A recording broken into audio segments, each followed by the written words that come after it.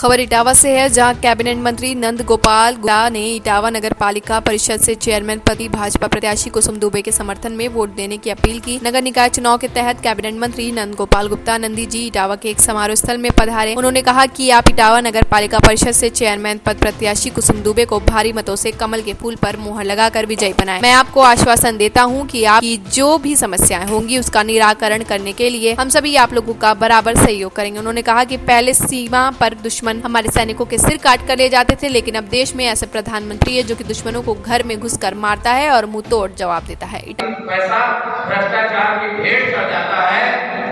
अगर हमारे प्रधानमंत्री नरेंद्र मोदी जी 1 रुपए भेज रहे हैं तो वो 1 रुपया पहुंचे, इसके लिए वह कुसुम दुबे जी का लिखना बहुत। आप सोचिए, हमारे प्रधानमंत्री जी जब 2014 में प्रधानमंत्री पद के उम्मीदवार के रूप में केवल आए, तो छोटे छोटे बच्चे जिनको वोट देना है नहीं देना उनको पता नहीं है, वो भी हर घर मोदी घर घर मोदी के नारे लगा रहे हैं। हर घर मोदी घर घर मोदी के नारे लगा रहे थे। उसी का नतीजा रहा कि 2014 में उत्तर प्रदेश को पूरे देश में समर्थन मिला, पूरे देश में वोट मिला, पूरे देश में बहुत प्रचंड बहुमत की सरकार, पूर्ण बहुमत की सरकार एक प्रधान सेवक के रूप में प्रधानमंत्री को सौंपने का काम किया। लेकिन उत्तर प्रदेश ने गजब किया। उत्तर प्रदेश में 80 में से 73 सीट 8, 9, 72, 90% से ज्यादा सीट लेकर के एक मजबूत हाथों में देश की बात को देने का काम किया। तो 73 सीट आपने जब देने का काम किया तो आदरणीय प्रधानमंत्री जी ने 2014 से 2017 तक जो काम किया, 2014 से 2017 तक जब उन्होंने काम किया तो उत्तर प्रदेश की जनता ने मुहर लगाई। हमारी बहन सरदार भदौरिया जी बैठी हैं, जनता ने, उत्तर प्रदेश की जनता ने मुहर लगाई। नहीं क्या होता था, एक बार सपा, एक बार बसपा, एक बार सपा, एक बार बसपा। तो 2014 से 2017 तक प्रधानमंत्री जी ने जो काम किया उस पर उत्तर प्रदेश की जनता ने मुहर लगाई। 325 सीट ऐसे गोल विधानसभा में लोग बैठते हैं साथ। गोल विधानसभा में जैसे हम लोग बर्थडे का केक नहीं काटते, हैप्पी बर्थडे करते हैं बच्चे का, केक काटते हैं। केक किस लाइन में सपा बसपा कांग्रेस है और पूरा केक भारतीय जनता पार्टी और भारतीय जनता पार्टी का सहयोगी है। तो निश्चित रूप से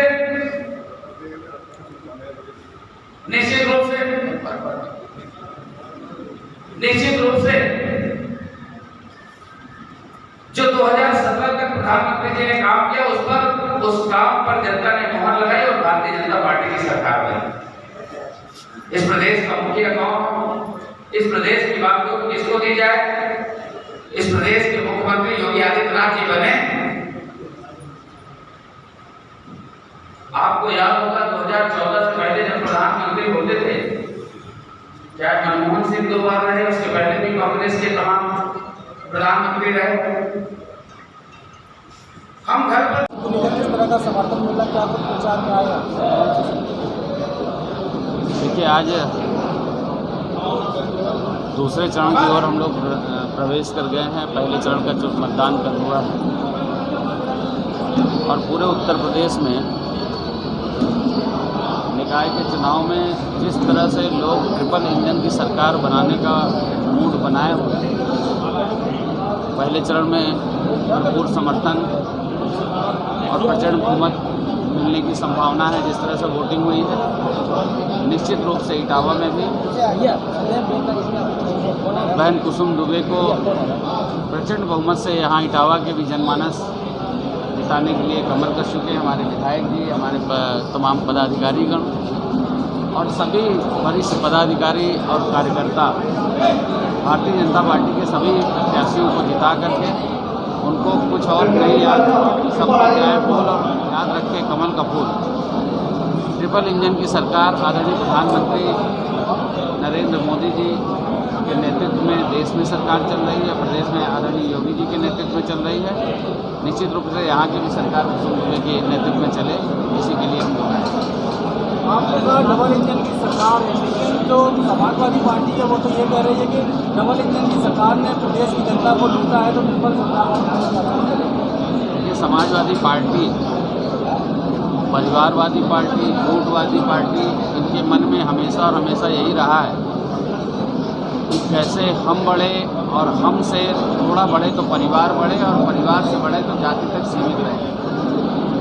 भारतीय जनता पार्टी सबका साथ, सबका विकास और सबका विश्वास और सबका प्रयास सिर्फ नहीं नारा ये है, उद्देश्य हमारा ये धरातल पर दिखाई देता है। जब भी सपा की सरकार रही है, जिस तरह से गुंडागर्दी चरम पर रही, जिस तरह से आतंकवादियों को छोड़ने का काम ये लोग करते रहे और नौकरी के नाम पर जब नौकरी निकलती थी तो खुले रेट चलते थे, पैसे का गोलियाँ लगती थी नौकरी। हम लोगों ने 5 लाख से ज़्यादा लोगों को नौकरी दी है और आदमी छाती ठोक के रहता है, एक पैसा नहीं देना पड़ा। मेरिट के अनुसार नौकरी लगी है। बैस के भी बेटे बेटी की नौकरी लगी, यादव के भी बेटे बेटी की नौकरी लगी, दलित के बेटे बेटे की नौकरी लगी, सभी जाति धर्म मजहब के बेटे बेटी की नौकरी लगी है और किसी को एक पैसा नहीं देना पड़ता है, देना पड़ा। यही है सबका साथ, सबका विकास और सबका विश्वास और सबका प्रयास। क्या लग रहा है यूपी के निकाय चुनाव में समाजवादी पार्टी को कहाँ खड़ा हुआ देख रहे हैं? कहीं नहीं है। भारतीय जनता पार्टी यहाँ है, समाजवादी पार्टी यहाँ है, कोई जोड़ ही नहीं।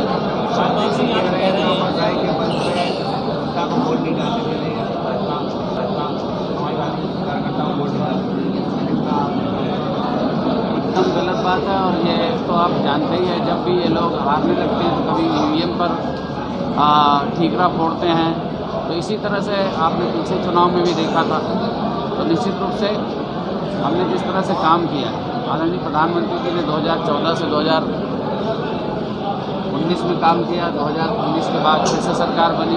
आदरणीय मुख्यमंत्री योगी आदित्यनाथ जी ने 2017 से जो काम किया, मैं कह सकता हूँ कि माननीय प्रधानमंत्री जी के मार्गदर्शन में, माननीय मुख्यमंत्री जी के नेतृत्व में 2017 से 2022 में उत्तर प्रदेश उत्तम प्रदेश बना, सर्वोत्तम प्रदेश बनने की ओर अग्रसर। कांग्रेस ने कर्नाटक में भैया अब हो गया को बैन करने की मांग की, इसके बाद आपको बोल रहे हैं कि हम मंदिर बनवाएंगे। देखिए, इसी तरह की बातें, ये तुष्टिकरण की राजनीति करने वाले लोग इसी तरह की अनाप शनाप बयानबाजी करते हैं। मैं ये कहता हूँ, हिंदुस्तान को प्यार करने वाला हर व्यक्ति, हिंदुस्तान की तरक्की चाहने वाला हर व्यक्ति, हिंदुस्तान को ऊंचाइयों में देखने वाला हर व्यक्ति भारतीय जनता पार्टी के साथ है। आदरणीय प्रधानमंत्री नरेंद्र मोदी जी को 2024 में फिर से प्रधानमंत्री बनाने की प्रधानमंत्री जी ने काम किया, उस काम पर जनता ने मोहर लगाई और भारतीय जनता पार्टी की सरकार बनी। इस प्रदेश का मुखिया कौन? इस प्रदेश की बात को किसको दी जाए? इस प्रदेश के मुख्यमंत्री योगी आदित्यनाथ जी बने। आपको याद होगा 2014 से पहले जब प्रधानमंत्री होते थे, चाहे मनमोहन सिंह 2 बार रहे, उसके पहले भी कांग्रेस के तमाम प्रधानमंत्री रहे। हम घर पर आसानी से सोते हैं क्योंकि बॉर्डर पर हमारी सेना जागती रहती है। बॉर्डर पर सेना के हमारे सर काट के ले जाते पड़ोसी मुल्क और आतंकी, और दिल्ली में बैठी सरकार मनमोहन सिंह कहते थे कि अगर हम हुआ तो देख लेंगे, इसका करारा जवाब देंगे, हम इसको बर्दाश्त नहीं करेंगे। लेकिन एक मजबूत प्रधानमंत्री को आपने जब इस देश की बात को देखी तो मजबूत प्रधानमंत्री 56 इंच के सीने वाले प्रधानमंत्री ने घर में घुस करके मार करके जवाब देने का काम किया। उसी का नतीजा है कि आज देश पर हमला करने की आतंकी सोच, आतंकी थर काम नहीं। कैसे दिल्ली में bomb blast, 1 bomb blast, 2 bomb blast, 3 bomb blast, 3 bomb blast हुआ। हमारी पुलिस, हमारी बम निरोधक दस्ता पहुंचा, वो संभल नहीं पाए। 4थी जगह बम ब्लास्ट, 5वीं जगह बम ब्लास्ट। मुंबई में लगातार सीरियल बम ब्लास्ट, अयोध्या में बम ब्लास्ट, लखनऊ में बम ब्लास्ट, बनारस में बम ब्लास्ट। लेकिन जब आपने मजबूत हाथों में देश की बात जोड़ दी तो ये बम ब्लास्ट बंद हो गया, आतंकी थर कांपने लगे, आतंकी थर कांपने लगे। और जब प्रदेश को आपने मजबूत हाथों में देने का काम किया, प्रदेश के मुखिया योगी आदित्यनाथ जी हुए, तो मैं कहता हूं कि गुंडे थर कांपने लगे। आज गुंडे अपने किए हुए गुनाहों की जेल के सलाखों के पीछे सजा भुगत रहे हैं।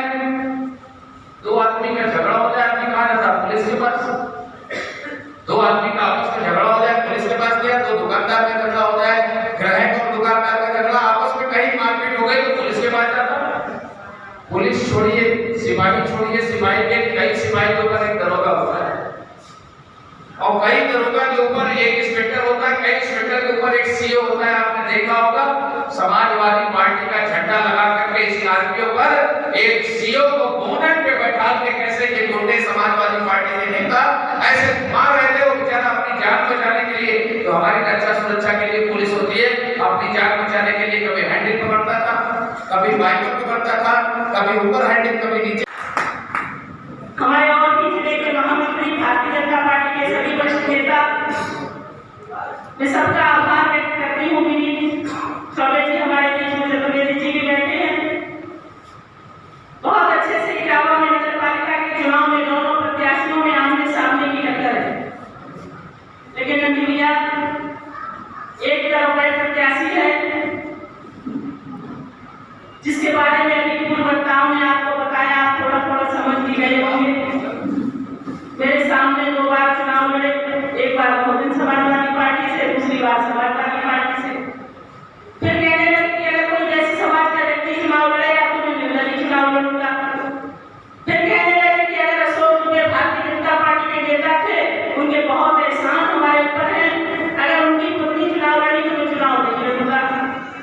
और फिर चुनाव लड़ने लगे समाजवादी पार्टी से जाकर, जिस दिन हम लोगों ने अपनी कुसुम दुबे की टिकट फाइनल की, उसी दिन समाजवादी पार्टी ने अपना प्रत्याशी बदलकर,